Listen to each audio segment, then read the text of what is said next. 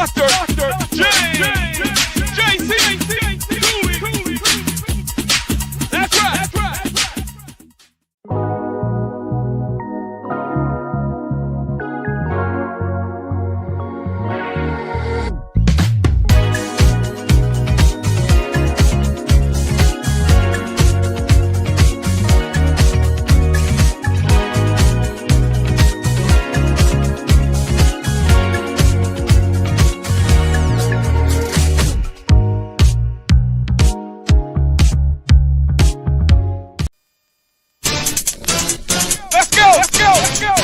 It's the James Cooley Show. It's your life.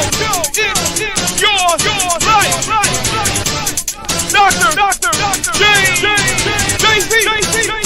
Cooley. All right.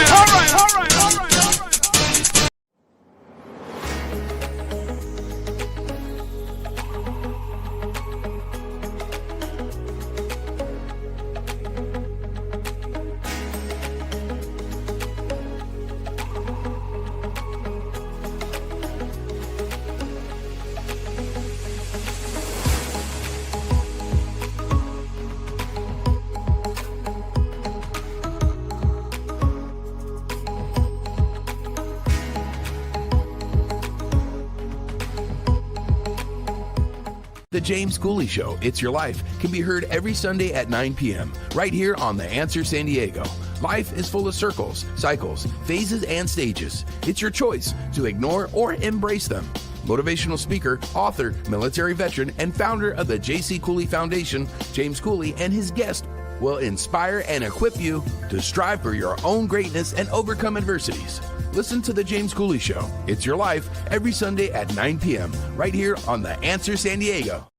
The James Cooley Show, It's Your Life, can be heard every Sunday at 6 p.m. right here on 660 AM The Answer in Dallas-Fort Worth. Life is full of circles, cycles, phases, and stages. It's your choice to ignore them or embrace them. Motivational speaker, author, military veteran, and founder of the J.C. Cooley Foundation, James Cooley, and his guests will inspire and equip you to strive for your own greatness and overcome adversities. Listen to The James Cooley Show, It's Your Life, every Sunday at 6 p.m. right here on 660 AM The Answer in Dallas-Fort Worth.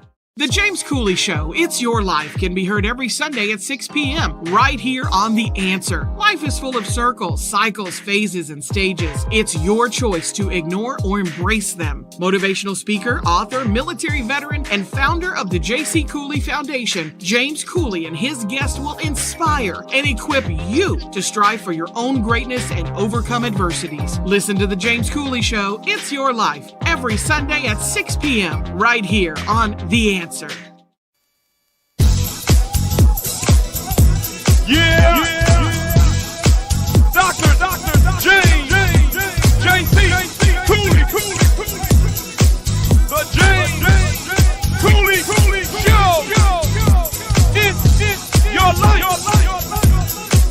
Yeah.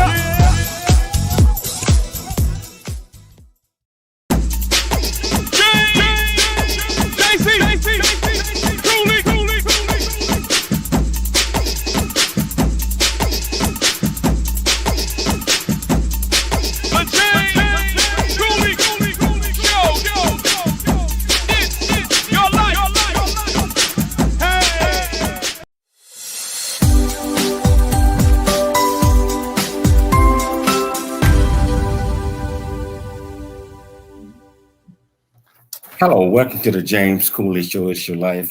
I'm your host, Dr. James J.C. Cooley, but you know what today is? Today is 306 degrees. So I guess co-host is Dr. Michael Mantell, and I'm going to tell you right now, he done it again. He done invited another absolutely sensational guest that's going to educate us on a lot of things, and I am so excited to have her on the show. So how you doing, Dr. Mike? How you doing? Doing very, very well. Beautiful day here in San Diego, and I hope it is where you folks are. And I can't keep track of where you are. You're moving around so much, but having fun doing it. We're in Dallas right now, but I'll be back in San Diego tomorrow. Great.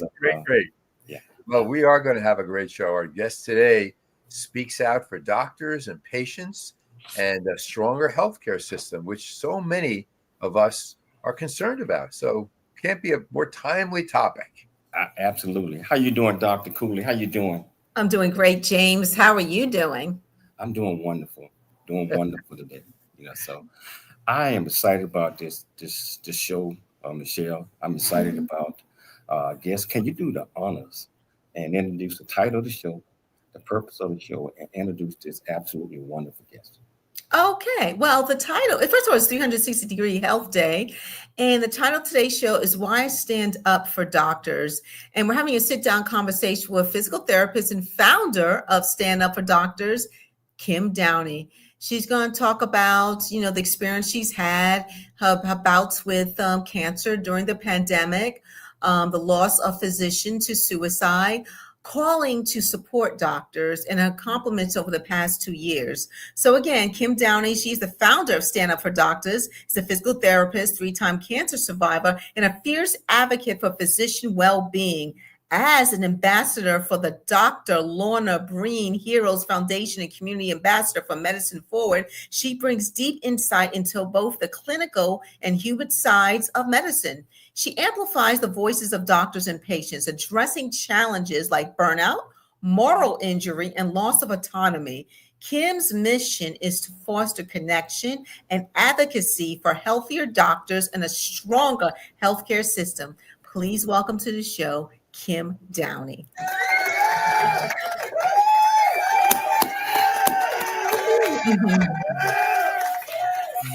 How you doing, Kim?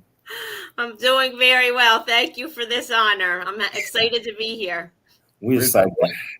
We're delighted to have you, and I hope that introduction gave you some good energy today. It sure did.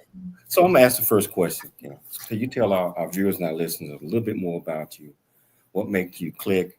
Why you're so passionate about the things that you're doing? And I know that you're doing a million different things, and we're going to talk about, you got a book coming out real soon. But can you just tell us a little bit more about you?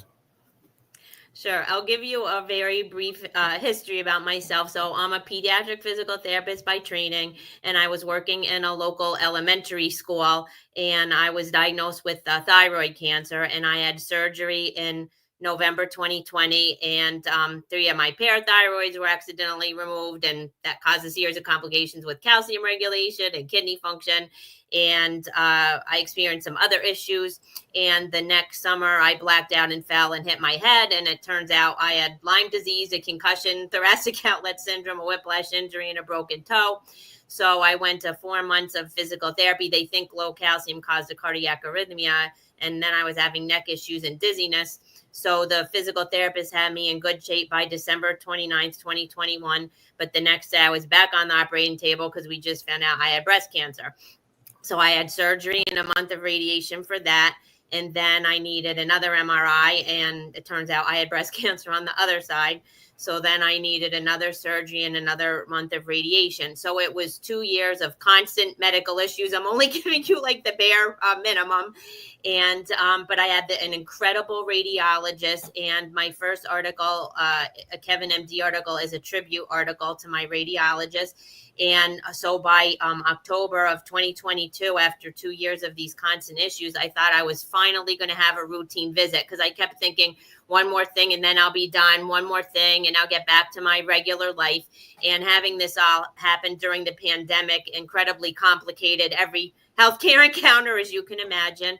So I showed up and I was looking forward to seeing my doctor, and he wasn't there. And when I asked where he was, they said that he had died a month ago.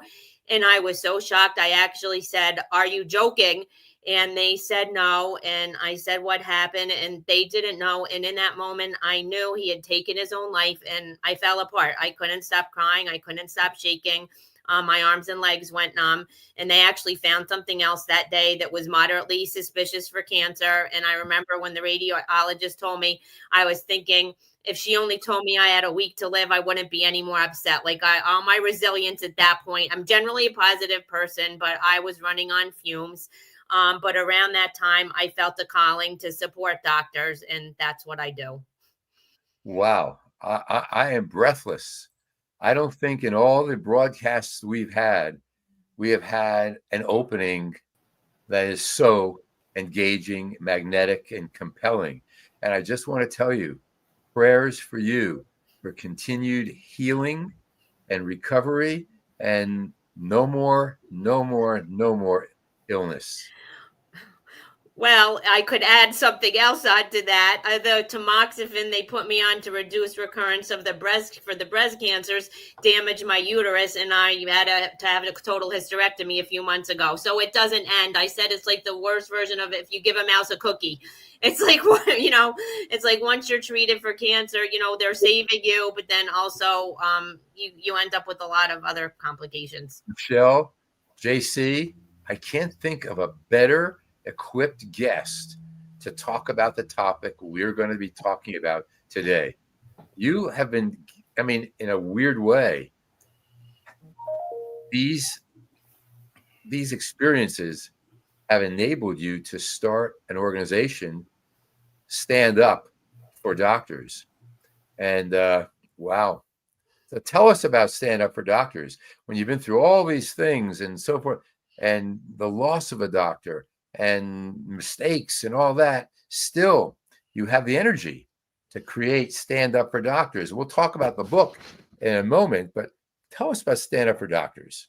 Sure. How it all happened. So after my surgeon, my radiologist, if you get to read the article, had performed what I call a couple feats of miraculous technical skill on me, and that's why my first surgery was successful. So after that, I sent him and my surgeon thank you notes, and I had never sent a doctor a thank you note. And then I sent all my doctors thank you notes because I know how difficult things are. Being a physical therapist, I had been through some of them. And then I tried to reach out to my local healthcare system because I wanted to support doctors. So I tried for 18 months and it didn't go anywhere. But then that spring, Dr. Michael Hirsch, who you've had on, his Better Physician Life blog randomly showed up in my Facebook feed. So randomly. I clicked. Yeah, it was God or the universe, right? Right, absolutely. So, yeah, it really was. So, because why would it show up? And also, why would I click on it? So I did. And even though he writes it for physicians, they're human things. And he would pair it with a music video and he nailed it. And they were so good. I saw he dropped them on Wednesdays. So every Wednesday for the rest of that year, I went to his blog site to read his blogs. So then my doctor died in October and I wasn't doing well inside my head. And then that December, he shared that he was celebrating his year of blogging. So again, I'd never done anything like this. I randomly sent him a private Facebook message congratulating him and saying that I've even used a couple as devotions for my women's fellowship group. And he wrote me the nicest message back and we kept communicating and he just seemed so nice. I thought if I tell him the story, maybe I'll feel better. So I asked if I could talk to him and he said he'd love to have a conversation. So we hopped on a Zoom and we just kept going, after that. And then he became my coach. And then to kind of wrap up this part, he hooked me up on LinkedIn, spring of 2023. And shortly after that, Michael, you and I connected. No, it's amazing. What a small, and now based on a post you just put up, he connected and Adam Harrison connected, and we hope to have him on the show very soon. So It's become a small world. Michelle, tell us, what's on your mind? Well, we're getting ready to take a break in about a minute, but Kim, you definitely started off strong, and just, the audience is going to learn more about Stand Up, why you stand up for doctors and the history behind that. So James, you want to say something before we go to break? We're going to have to take a station break, but we're going to come back. We're going to get off into this conversation a little bit deeper. I tell you, whichever platform that you're watching us on, whether you're watching us on E36 television, Frankfurt TV, YouTube, LinkedIn, Twitter, Facebook, Rumble, and over 80 other platforms, welcome to the show. If you want to be part of this conversation, all you have to do is go to the platform that you're watching us on, to the comments, ask any question that you might have. I promise you we'll get you an answer. It's your life, and we'll see you shortly after the break.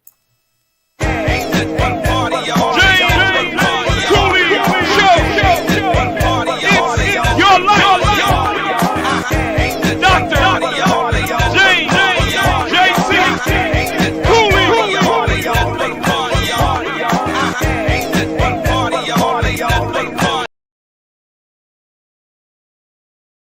Really a chance to know who you are. And once you know who you are, you truly know who you are, love who you are. Love who you are. You're a masterpiece. Love who you are. Love who you were born to be. Love me some me. That's what I'm talking about. When you leave high school, you gotta know today or tomorrow, or hopefully today, what your plans are. Hopefully, there is no bad decision unless there is no plan. Create, collaborate, commit with confidence. Commit with what? Commit with what? And everything that you do.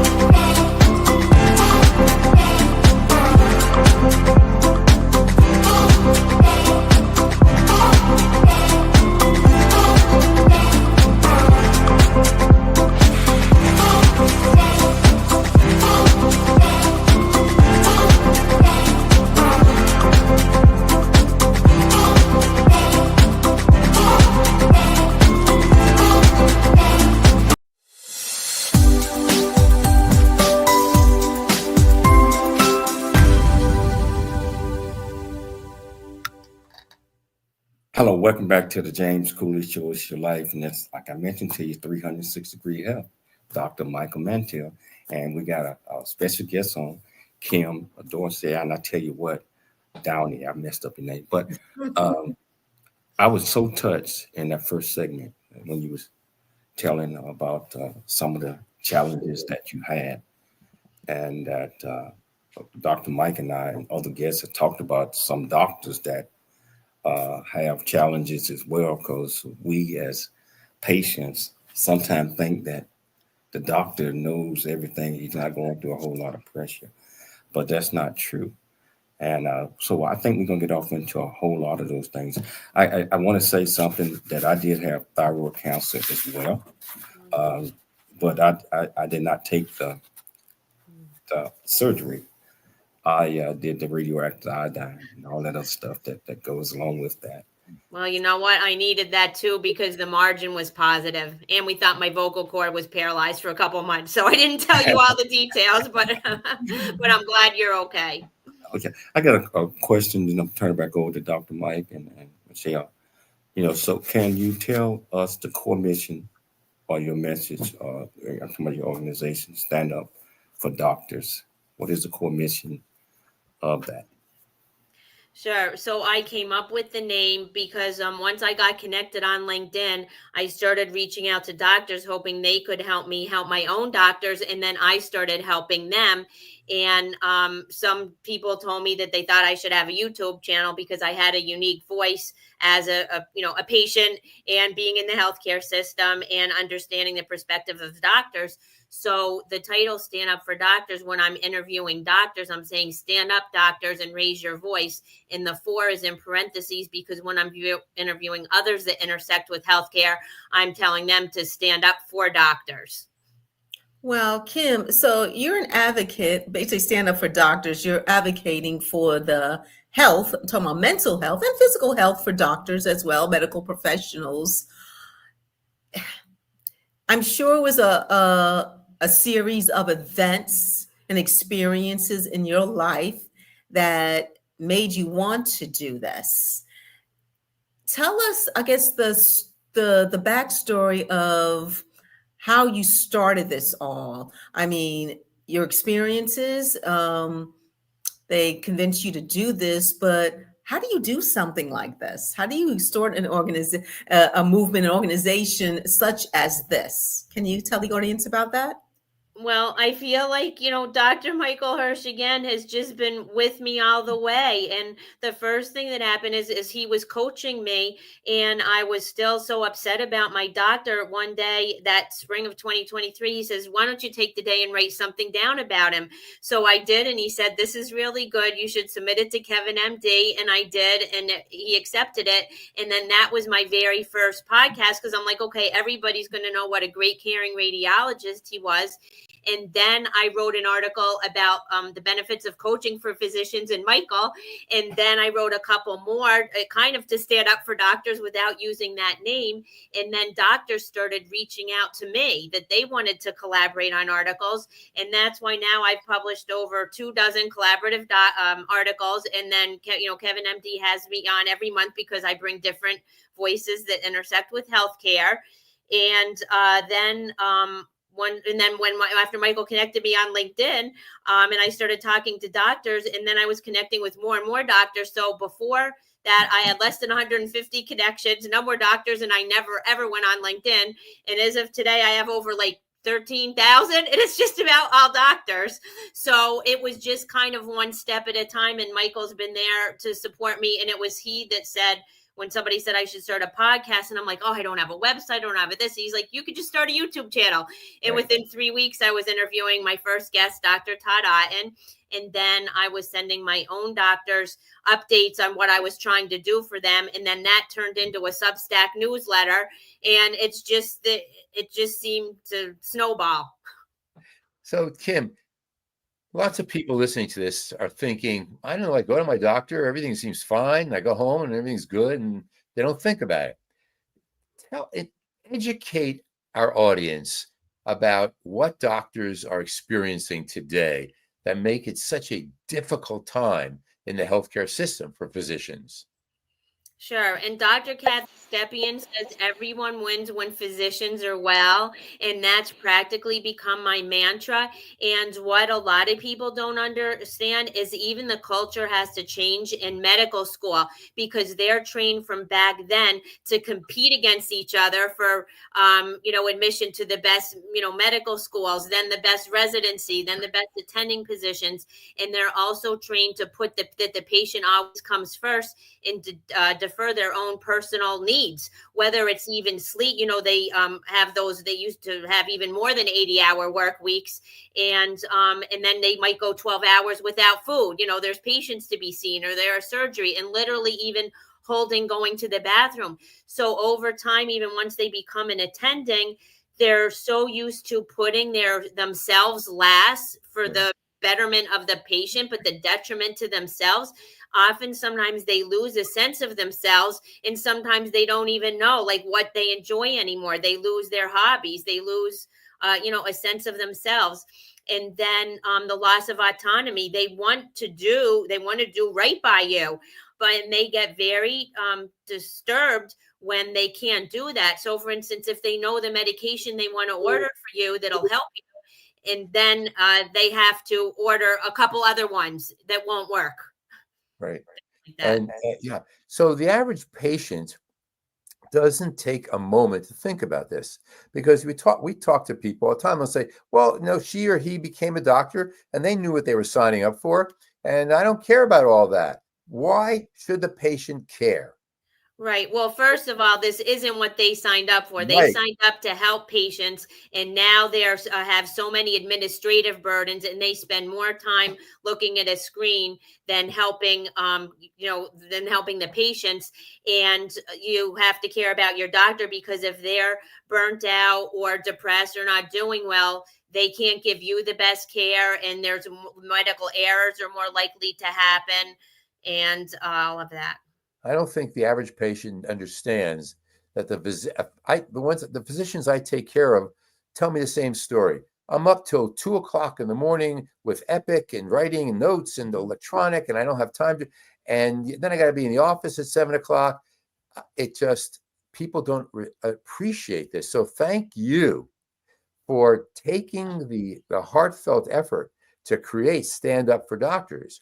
Now, I guess another big offering you're bringing to all of us on June 9th, you're bringing a book to us, and you have the book with you. White Coats, Courageous Hearts. There it is.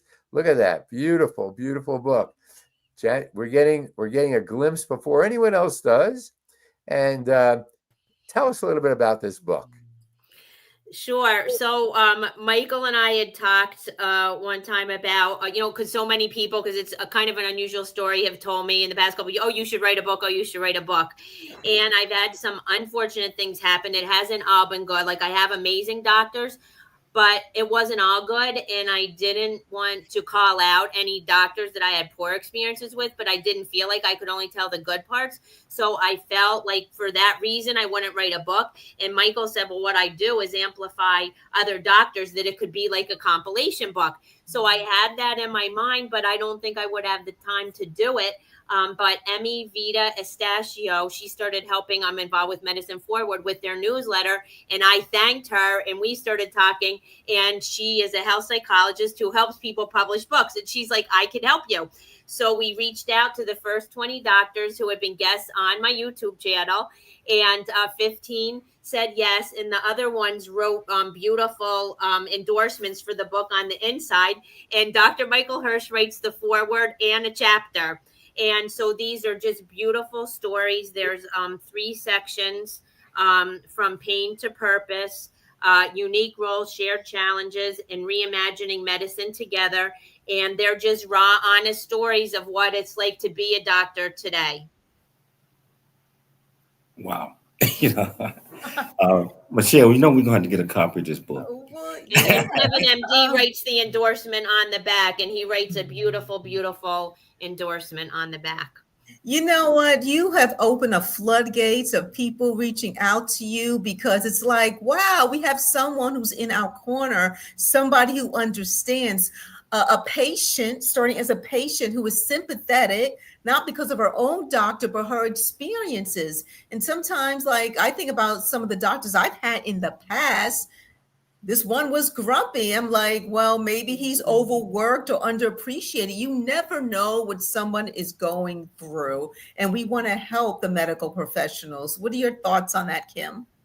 100% that we never know, and everyone has experienced trauma, and we're all interacting with each other's trauma. So sometimes healthcare leaders aren't sympathetic to their physicians because they're maybe not even acknowledging their own trauma. And then doctors too, they're humans. And my friend Pat Dunstan, she was a nurse who became a lawyer and had to quit because of Parkinson's. And she said doctors are expected to be superhuman and not complain because of their salaries. A lot of people don't have empathy for them because they think a doctor's life would be the ultimate. Yeah, amazing. So a client of mine today told me, literally in the session, he said, I'm sure that, everything with you goes perfectly because you're here to take care of me. I looked at I was off phone session. I looked at, is she kidding me? We're human beings, right? We're human beings. I want to know about the title, White Coats, Courageous Hearts. How did you come up with that title? And what does it mean to you? Well, it's interesting. So Emmy has published her own books, and we spent a session going through like some kind of a search engine optimization type thing, and we came up with a couple titles and subtitles, and none felt quite right. So we actually reached out to the 15 doctors, and we're like, give us some feedback. So then we compiled all that feedback and reworked it. And what's so interesting is the title or subtitle was not in our original idea, but I had said to Michael is once I reached 10,000 followers, I was going to write a book to celebrate doctors and call it 10,000 White Coats. So I love here that it ended up that the title is White Coats and then Courageous Hearts, because we do want to offer a message of hope, and we wanted it to be positive. And that's why the subtitle is, true stories of doctors reclaiming their humanity in a system that challenges it. And they have the courage to share their stories and their emotional vulnerabilities in this book. Were there any submissions that you received that moved you deeply or surprised you in ways that you didn't expect to hear about? Well, so since I know all of the doctors and we had personal conversations, but just some of them share in here like about their miscarriages, and I didn't know that they had miscarriage until they submitted the chapter, and I had two, so I had a couple also, so I felt I could identify with them. And then one shared some issues, with alcohol herself, and she said she didn't even know that was going to be part of the book until she wrote it herself. So just, things like that they were willing to share some of their own struggles and bits and pieces of themselves because, when you put a light on shame, that takes away the shame. And also, so it's healing for the doctors. And then they know, I say every time a doctor shares their story, another doctor feels less alone. So then they know that they're helping their colleagues. So it's healing for them. And they know that they're going to help their colleagues. We have less than a minute, but the question I want to focus in on is, why do you think that mental health remains such a taboo in many parts of the medical community? I'm not sure we're going to have time to get into that, JC. Can you hold that question to after the break? Because I'm interested in hearing the answer on that one. I tell you what, all this information that Kim is putting out, and it's so valuable, and she worked with 15 to 20 doctors on her book, and we're going to take a break right now, but we're going to come back and we're going to talk about a lot more of this. And I tell you what, if you want to be part of this conversation, whichever platform that you're watching us on, just go to the comments, ask any question that you might have. I promise you, we'll get you an answer. It's your life, and we'll see you shortly after the break. Dr. James, JC, Cooley. The James Cooley Show. It's your life. Welcome to Veridian Christian University, where faith and learning come together to transform lives. At VCU, we believe that education is more than just academics. It's about fostering a community of growth, integrity, and purpose. Whether you're pursuing a bachelor's, master's, or doctorate, VCU offers flexible, affordable, and 100% online degree programs that cater to your busy life. Our innovative platform provides a personalized learning experience, empowering you to thrive in today's ever-evolving world. Join a global community of learners guided by an experienced faculty who are committed to your success. With VCU, you're not just earning a degree, you're preparing for a future that integrates faith, leadership, and service. Veridian Christian University, educating with purpose, transforming lives. Learn more at VeridianChristianUniversity.com. VeridianChristianUniversity.com. A Black Man's Point of View is the newest Amazon.com #1 release and bestseller book from author Dr. James J.C. Cooley, featuring the perspective from 11 other contributing authors. In A Black Man's Point of View, Dr. James Cooley unpacks his thoughts and personal experiences about the challenges, stereotypes, and feelings of self-worth that many black men face today due to a 400-year ancestry rooted in slavery and colonization. Yet, how so many black men move forward despite this history. Most importantly, A Black Man's Point of View conveys that all men, regardless of race, creed, or color, are capable of love, respect, and dignity. Described as a map to a greater life from the heart of a man who's experienced life's misfortune and harsh conditions, James shows us how beliefs, convictions, and a healthy mentality can help propel a life worth living. A must-read for all. Order your copy of A Black Man's Point of View by author Dr. James J.C. Cooley today from Amazon.com or wherever books are sold.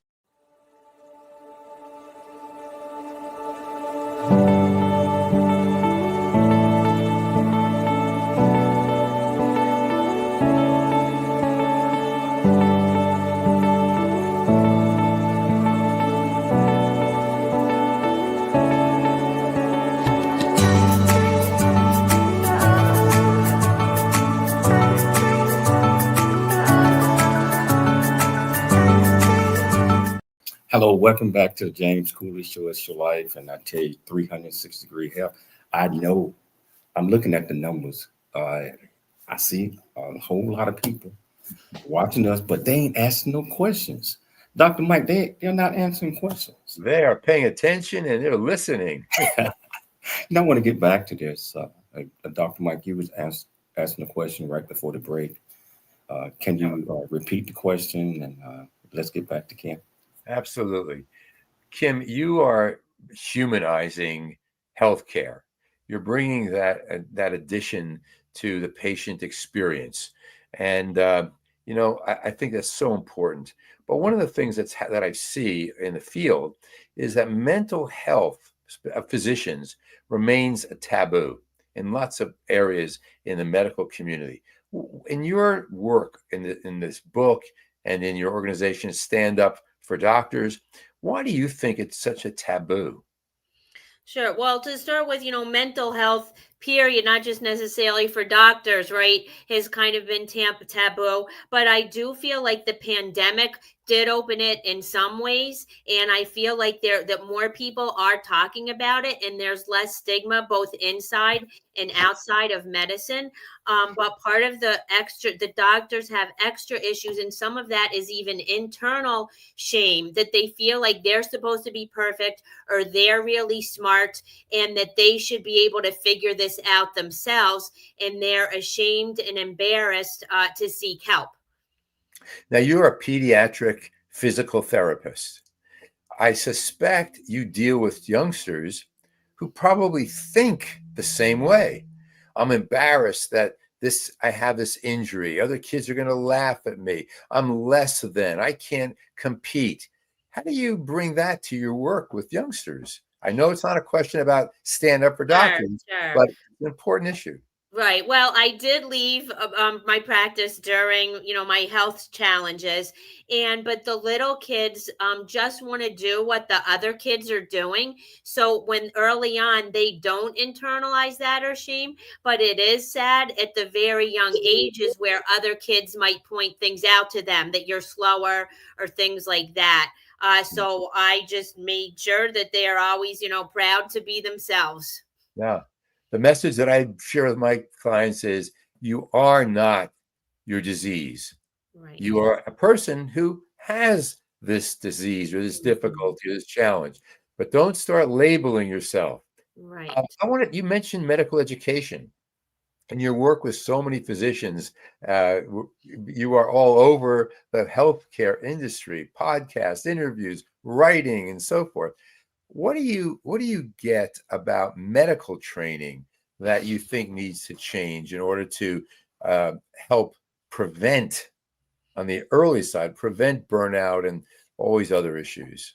Sure. Well, some of it is educating med students and residents about things like imposter syndrome, because lots of times they feel like they should know everything and they almost feel like a fraud, like that they're going to get found out, that they don't know everything. So they need to know that imposter syndrome is a real thing and, not to internalize that.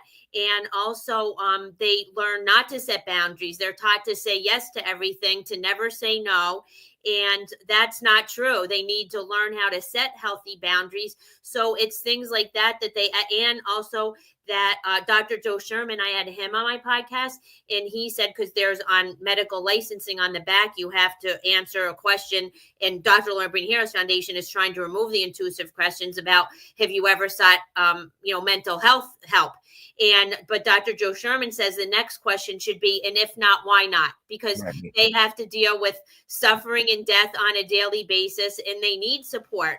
So they need to be educated in that way, but also and to receive support from the attendings modeling it, because lots of times there's within the medical culture is a lot of shame and trauma and bullying, from the higher up residents and from attendings, and it needs to be a supportive environment, not a punitive one.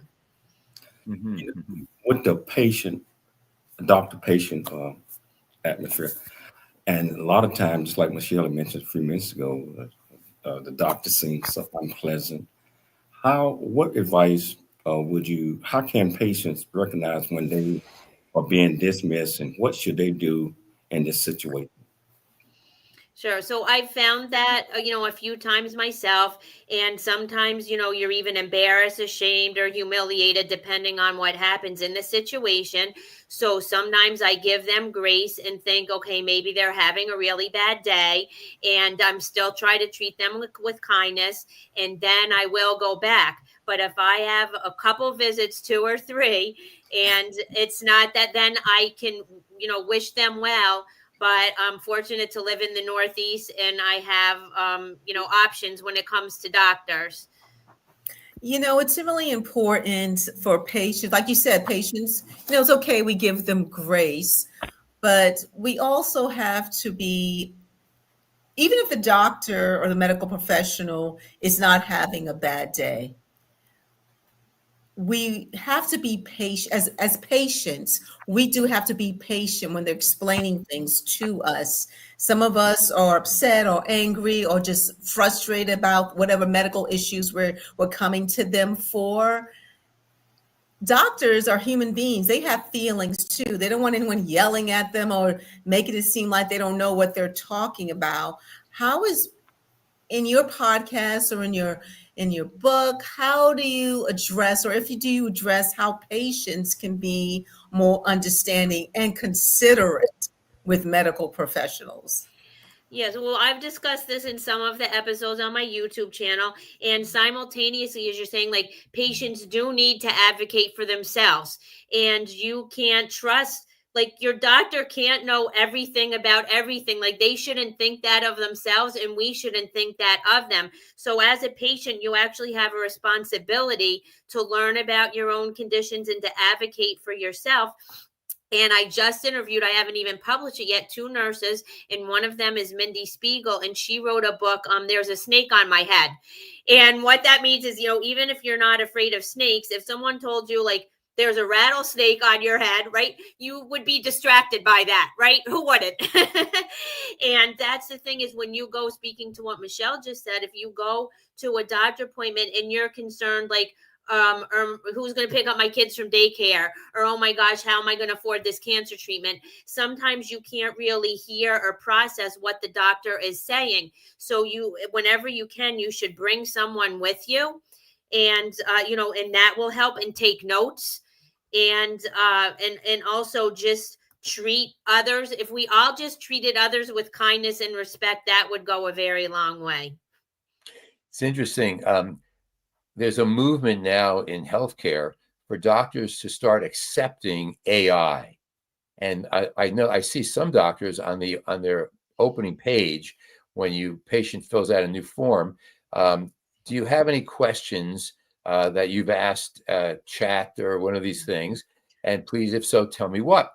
The doctor's saying, I'm open. I don't know everything. Let's see what you've learned and we can discuss it.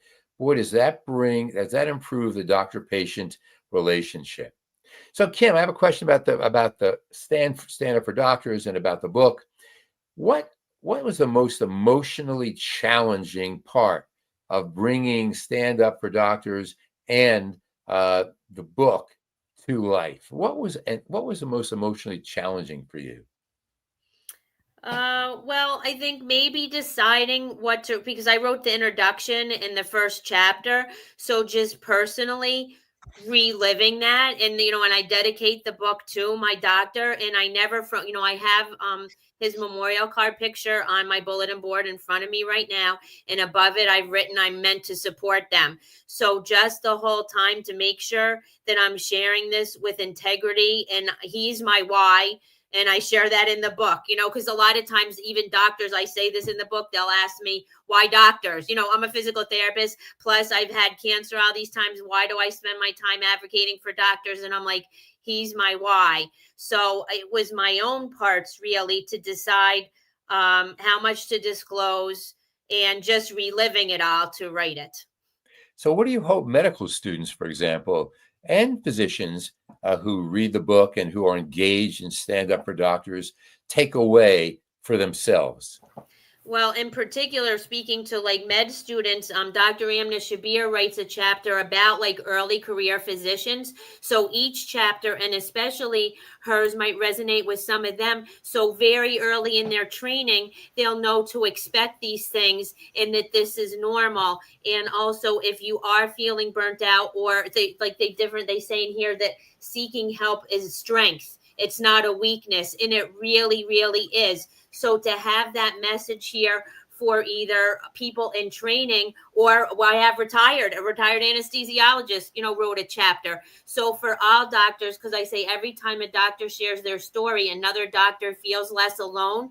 And Michael Hirsch writes in the foreword how he saw parts of himself in almost all of these chapters. So it's validating for the doctor. So when, med students, they can be prepared and say, okay, this is a hard road in some ways that they don't anticipate, but they can shore themselves up for that.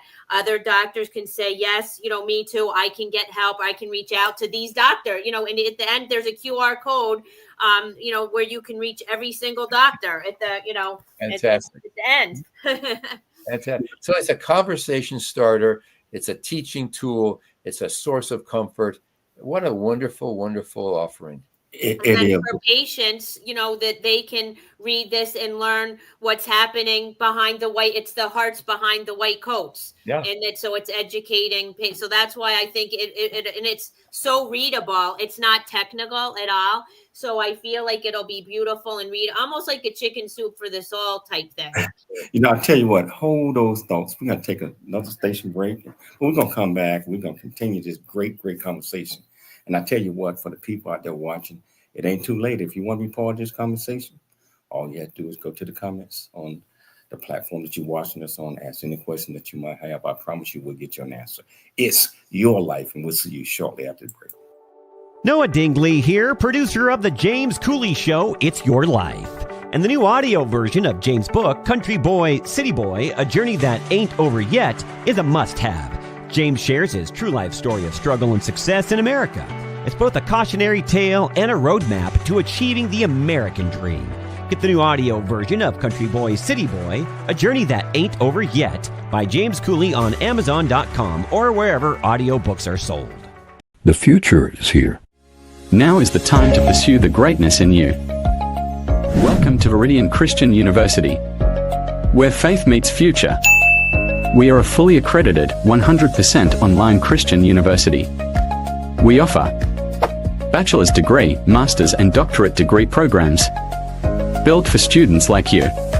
Affordable tuitions, 30+ degree programs, 100% online and flexible, integrating faith with learning. Study from anywhere at your pace. At VCU, we do not just prepare you for a degree. We prepare you for purpose. Discover who you are, grow in faith, and build a future that impacts the world. Are you ready to start your journey today? Visit www.viridianchristianuniversity.com. Apply today and be among the global leaders.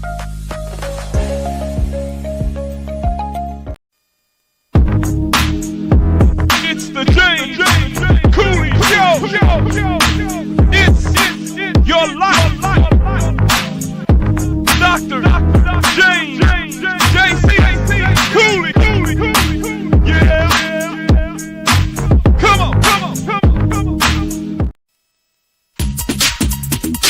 The James Cooley Show. It's your life. That's right. Hello, welcome back to the James Cooley Show. It's your life, and just like Wednesday's 306-degree health, Dr. Mike, you knocked it out the park again.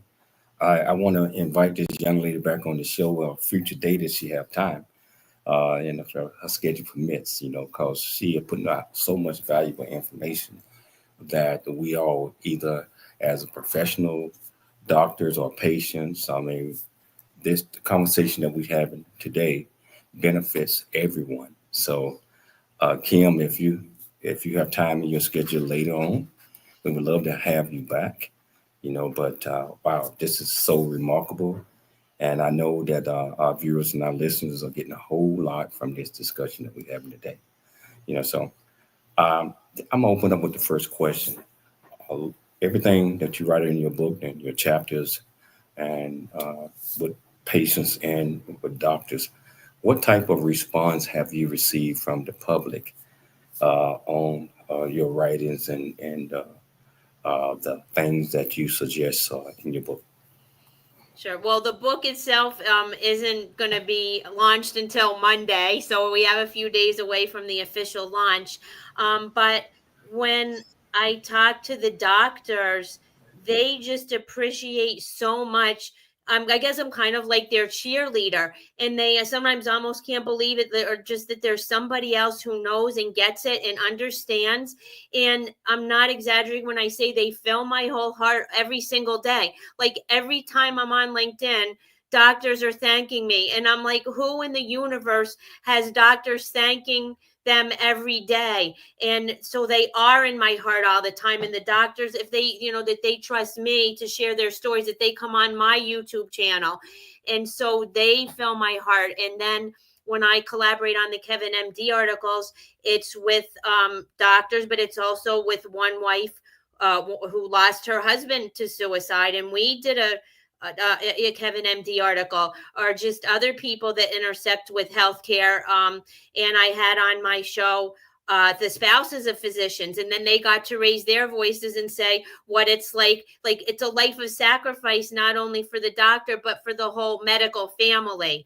So I think anyone who's in healthcare just appreciates that I'm raising awareness about it. And then other people just seem kind of surprised and say that they didn't know. And then lots of times it does change what they do. And so many times, like, people have said to me, oh, I saw my doctor today and I made sure to say thank you, or I'm going to send, my doctor a thank you note, and it's because of you. And one person told me they had a conversation, like, she as a doctor, and she shared with this other person, oh, I think our doctor has cancer. And the other person's first response was like, oh my gosh, what about my medical appointment that's coming up? Like, they were only thinking of themselves. So then my friend was able to spotlight, well, this is pretty concerning for the doctor, to kind of humanize it. And then I just saw her yesterday, and she told me that the next time she saw that person, that she seemed much more sensitive to the doctor's, point of view. So I feel like it's making ripples of change. You've alluded to your YouTube channel. Tell us about that and how people can connect to it. Sure. So it's on YouTube, and it's called Stand Up for Doctors. And I had started by Dr. Todd Otten. He wrote the book Ripple of Change, and they started a podcast, Ripple of Change, with his patient Joshua Judy, and I was his first guest. So then he was mine, and then I write the first chapter, and he writes the second chapter. So it's another one of those full circle moments. And then I kept going, and I was interviewing Dr. Singley. But then, like, people call me a super connector. Like, if I talk to a doctor, I seem to know who they'd want to be connected with, and I connect doctors around the world. So then I thought it would be great to pair them up. So for the past little over a year, I generally pair people up for a richer conversation. And lots of times it just seemed like they were meant to, be together. And then sometimes they go on to form a relationship or to support each other's work. That's beautiful. That's magnificent. I just love the fact that all these things keep coming together with a higher purpose. So do you see a movement beginning, not necessarily beginning, because people have been writing about this for a while, but do you see a movement in healthcare towards greater authenticity and emotional wellness? I mean, I think so. So in the 2 years I've been on LinkedIn, more and more doctors are willing to be vulnerable. And again, we're saying vulnerability is a strength to talk about these things. So I do think, in that regard, that the needle is moving. Yeah. And so are you considering a follow-up for nurses and others on the front line of healthcare? Well, like nurses have said, oh, we need one of you in our corner. Yeah. And I've had an idea of almost having like an international stand up for doctors coalition of like, doctors and patients around the world, or even a march of doctors and patients. Because like they say that a lot of when we've had big changes, like the civil rights movement or women's right to vote, right, it required a large, a march on DC. So Right. I've had ideas like that, and I'm willing to connect. So I'm involved with organizations like Healthcare Reinvention Collaborative, and they're trying to connect the change makers. So through that, I can help people get connected for like nurses and pharmacists. But I know for myself, I feel like I'm focusing on doctors, so, and because we have to care for the well-being of everyone. We really do, for each other. And the janitor is just as important as anybody else, like truly in the hospital. Like if the OR isn't cleaned, the surgeon can't do their surgery. And if I'm in the hospital or if a relative is, I say is thank you to every person who comes in the room. So real quickly, you have been talking about you've been involved, I should say, with stories about courage. Real quickly, because I have another question after this. We only have a couple minutes left. What does courage mean to you? Wow. I think it is almost similar to resilience. And resilience, I feel like, means going through like a challenging time and coming out stronger. So courage, kind of related, I think, means doing something that you need to do or think you should do or want to do, even when it's hard and scary. And that can be emotional, vulnerability. Yeah, well, you speak from the heart. I love it. Kim, if there's one message, one takeaway that you want to leave our audience with, what would it be? Thank a doctor. I wanted to make a really big impact for Doctors Day, which was March 30th. So if you can put that on your calendar for and any day is a good day to thank a doctor.